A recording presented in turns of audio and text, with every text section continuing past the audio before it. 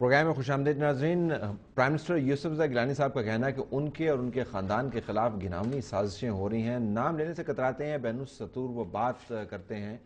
Establishment کی۔ تو امتیاز افضل وڑائی صاحب، یہ بیان سے تو ثابت ہوا کہ اے این ایف کے بریگیڈیئر فہیم تو کیس وڈرا کرنے کے لیے آئے تھے۔ ان کو تو عدلیہ نے کہا کہ جناب آپ وڈرا کیوں کر رہے ہیں، کہ آپ پر دباؤ ہے یا نہیں ہے۔ تو یہ آدھی سازش کم از کم کہ جی کہ اس میں جرنیل انوالو ہیں، کم از کم یہاں تک آ کے تھوڑی سی بیٹھ جاتی ہے کہ نہیں؟ وہ تو آپ بتا ہی رہے ہیں، لیکن میں جو ابھی میرے بھائی نے بات کی اس سے ایک چیز بڑی کلیئر ہو جاتی ہے کہ یہ ایسے مذاق نہیں ہے کہ وہ عدالت میں آ کے کہہ رہے تھے کہ یہ جب کیس وڈرا کیا جاتا ہے اور اس لیول پہ ایک اے این ایف کا ہیڈ جا کے وڈرا کرتا ہے تو اس سے پہلے اس کی انویسٹیگیشن ہوتی ہے، اور انویسٹیگیشن یہ مقدمہ تو کہیں میرا خیال ہے 2010 میں ہوا۔ 2010 میں انویسٹیگیشن ہو کے مکمل سارا اس کا پروب ہونے کے بعد جا کے بریگیڈیئر صاحب وہاں وڈرا کرنے گئے۔ اس کا دباؤ کے تحت پھر بعد میں انہوں نے بتایا نا، جب ججز کا دباؤ آیا تو انہوں نے بتایا کہ لک صاحب کے کہنے پر جو سیکٹری ہیں میں دباؤ، دیکھیں ان کا وہاں سٹیٹمنٹ دینا کہ میں وڈرا کرتا ہوں، اس کا مطلب مقدمہ جھوٹا ہے۔ اس کا مطلب ہے دباؤ تھا ان پر۔ اس کا مطلب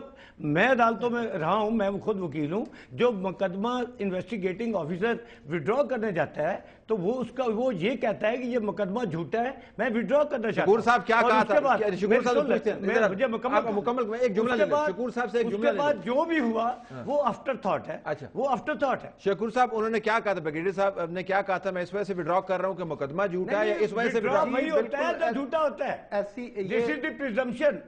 دس از دی پریزمپشن۔ انویسٹیگیٹنگ آفیسر وہی مقدمہ وڈرا کرتا ہے جس کو وہ لکھتا ہے کہ یہ مقدمہ جھوٹا ہے، میں وڈرا کرتا ہوں۔ شکور صاحب دیکھیے اس کی مختلف وجوہات ہو سکتی ہیں، یہ وکیل ہیں، وہ بحث بالکل ایک دوسری طرف چلی جائے گی، لیکن وہاں پر انہوں نے قطعاً ایسا نہیں کہا کہ یہ جھوٹا مقدمہ تھا یا اس لیے واپس لیا جا رہا ہے۔ انہوں نے کہا جی بس ہم اس کو وڈرا کرنا چاہ رہے ہیں۔ جب وہ یہ بات ہوئی تو انہوں نے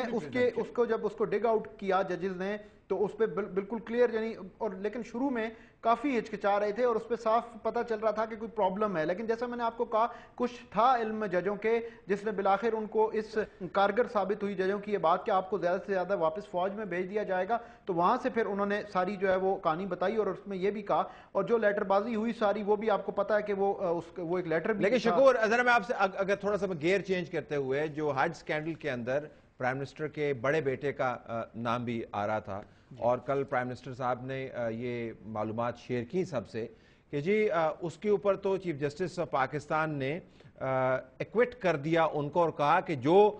صاحب ان کو ایکیوز کر رہے تھے وہ شریف لوگوں کی پگڑی اچھال رہے تھے، ان کے خلاف باقاعدہ مقدمہ بنایا جائے۔ تو وزیر اعظم صاحب کا کہنا یہ تھا میڈیا کے سامنے کہ جب میرے بیٹے کو کلین چٹ مل گئی اس وقت تو میڈیا نے رپورٹ نہیں کیا جج صاحب کا، اور نام ابھی بھی لگایا جاتا ہے کہ جس طرح حج سکینڈل میں میرا بڑا بیٹا انوالو تھا۔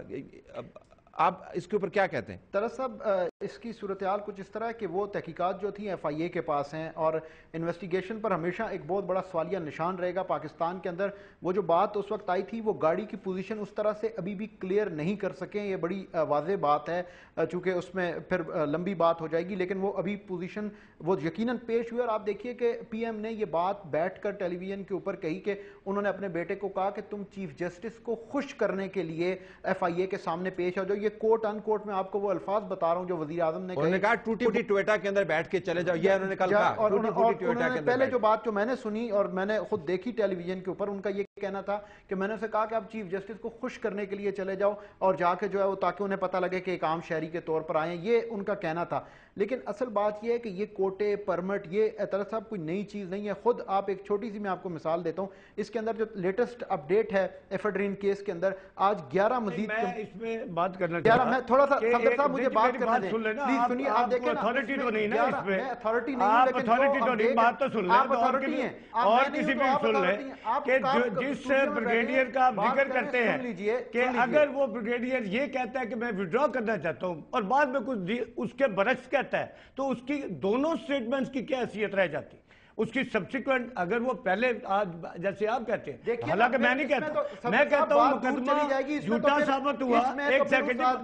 سننے کا حوصلہ بھی رکھ لیں، مقدمہ جھوٹا ثابت ہوا، وہ وڈرا کرنے گئے، تو اگر وہ مقدمہ ٹھیک تھا اور وہ وڈرا کرنے گئے تو پھر اس کی بریگیڈیئر صاحب کی کیا اہمیت؟ میں سمجھتا ہوں کہ بریگیڈیئر صاحب نے پہلے جو کیا وہ ٹھیک تھا، وہ انویسٹیگیشن کے مطابق انہوں نے اگر بریگیڈیئر وڈرا کرے تو سچا ہے، اگر بریگیڈیئر وڈرا کرے اگر کی بات نہیں، یہ اس کا فرسٹ ورچن تھا، تو وہ سچا تھا، سارا آفٹر تھاٹ، باقی سارا جھوٹا، بغاوت کے الزامات لگتے ہیں، اور جہاں تک بات کرتے ہیں کہا کہ انہوں نے بغاوت کی ہے، چلتی رہے گی تو سامنے آ جائے گا، وہ تو انکوائری کا رزلٹ جو ہے وہ تو آ جائے گا سامنے، اس میں تو کسی کو اعتراض ہی نہیں، بریک کی اجازت ہے، بریک کی اجازت ہے، اس میں کوئی اعتراض نہیں ہے، انکوائری پر اعتراض کیا انہوں نے، بریک کی اجازت ہے، ناظرین بریک لیتے ہیں، بریک کے بعد واپس آتے ہیں۔